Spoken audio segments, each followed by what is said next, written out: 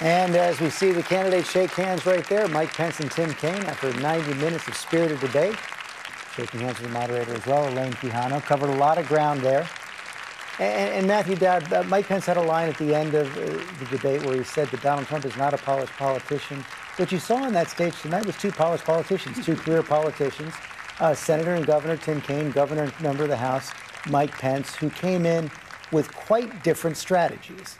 Yeah, I mean, these were two experienced politicians who have been through debates before in their own races for governor, or Congress, or senator, so they're very good at this and knowing how to do this.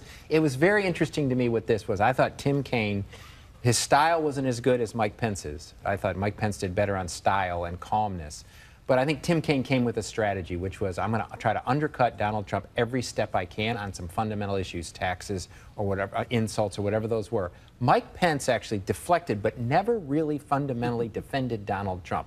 This looked like, to me, a debate where Tim Kaine was in this race today, making the argument about why Hillary Clinton, and it looked like Mike Pence was wanting to get out of this year's election to another election where he may be on the ballot. They say that didn't seem to bother Donald Trump. David Muir, we had something we've never had before in this vice presidential debate. You had the two presidential candidates tweeting in real time all through the debate, Donald Trump being a cheerleader for Mike Pence. Said a great opening statement right out of the gate, George, tweeting almost immediately. And there were tweets from Hillary Clinton throughout the debate, too. And it's interesting, you know, you were saying, Matt, that he often deflected, but he did defend Donald Trump on one key issue. And it's been the issue that's topped the news for the last week, the taxes, where he came out and he said that Donald Trump did use the tax code the way it was supposed to, and that he used the tax code brilliantly. It's the same word that we've heard from Donald Trump in the last 24 hours, and it sounds an awful lot like what you heard from the circuits about him being a genius on it. He was forced into that cookie, Roberts, because Tim Kaine brought up the tax returns again and again and again. And brought up over and over and over again the insulting words that Donald Trump has used about all kinds of people. And that was really his goal, was to remind everybody that Donald Trump's temperament is a problem. And I want to play one of those exchanges because it was one of the ones where Mike Pence actually said it wasn't true. Let's watch one of the exchanges where Tim Kaine talks about Donald Trump's insults, and I want to bring Byron Pitts in. Just trying to keep up with the insult-driven campaign on the other side of the table. You know, I'm just saying facts about your running mate. Yeah. Well, and I know you can't defend Senator, him. please, I'm happy to defend him, Senator. Don't put words in my mouth that I'm not defending him. You're not. I'm happy to defend him. Most of what you said is completely false.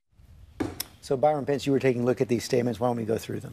Well, George, Donald Trump did say in 2015 that Mexicans bring in drugs, they bring in crime, they're rapists. He did say in 2006, in an interview with Fox News, he called Rosie O'Donnell a slob. Donald Trump did say in the first debate that African Americans are living in hell. So the facts are, we conclude that the comment by Governor Pence was false. Okay, let's bring it down to John Carl, who's in the hall. Did it feel like there was a winner in that hall, John? Well, it felt like Tim Kaine came in here as if he was the candidate that was on the campaign that was behind, and he was overeager to try to score points. Kaine came in hot. He was interrupting constantly. So I think that those are maybe even more than points on style, severely hurt Tim Kaine. Mike Pence, on the other hand, was that relatively calm presence. It was almost as if Kaine and Pence switched roles from what we saw with Hillary Clinton and Donald Trump, where Donald Trump was constantly interrupting during his debate. In this case, it was Hillary Clinton's running mate that was constantly interrupting. But fact checkers will have a field day with Mike Pence. The other big one, George, was the question of whether or not Pence said that Vladimir Putin is a stronger leader than Barack Obama.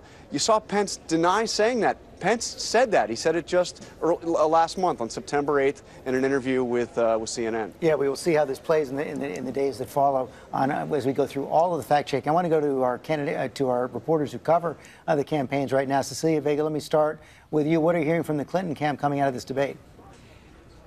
George, it's interesting. In the first 30 minutes of that first debate between Clinton and Trump, the Clinton camp was declaring victory. No outright declarations just yet, but they are very happy with Kaine's performance. One aide just telling me right now that Pence ran away from Trump and was dishonest about the real record. He is, however, taking some heat from even Democrats and allies over these interruptions, but the Kaine aides are telling me that's the VP's job, that's the running mate's job, and he did what he set out to do tonight. Yeah, it seems, let me bring that back to you, Matthew Dad. It seems like in some ways, Tim Kaine was willing to sacrifice himself to do the job for the ticket. Well, I think Tim Kaine has looked at the polls and has looked what's happened in the last week and understands that this race is fundamentally about Hillary Clinton and Donald Trump, and he's going to be willing to do whatever it takes to make sure he helps bring her over the finish line. He sacrificed a bit, as you're right, on style on that. I thought substantively Tim Kaine's argument and discipline in this was much better than Mike Pence. Mike Pence style won on style, but Tim Kaine's substantive arguments, of course, all along the way, making it and prosecuting a case against Donald Trump, which Mike Pence did not want to respond to. Right, and I want to bring that to Tom Llamas, then come back to you, Koki, because Tom, he did have that point. Tim Kaine finally had the point. It was almost with only about 20 minutes left in the debate where he said 6 times, I've brought up these comments and asked you to defend the comments of Donald Trump, and 6 times you haven't done it. What is the Trump camp saying about that?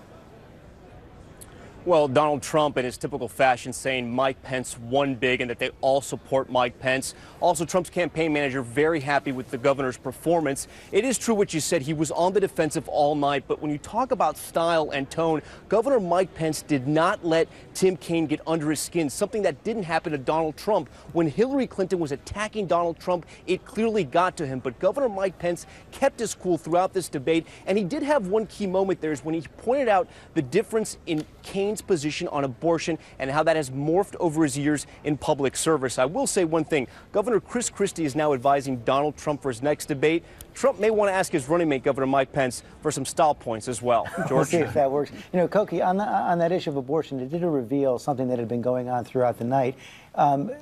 Tim Kaine and Mike Pence speaking to very different audiences. Yes, Tim Kaine was talking to his base and talking to the people in the Republican Party that he needs to get out there and stay enthusiastic. And of course, Mike Pence. I'm sorry, Mike Pence. And then the abortion question being the most obvious of those. But Tim Kaine was looking at that group of college-educated white women. That's who's going to determine this election, and over and over and over citing Trump's statements, and then at the end doing that defense of Roe versus Wade is really where he was going there. And I think that his entire performance was aimed at that voter group.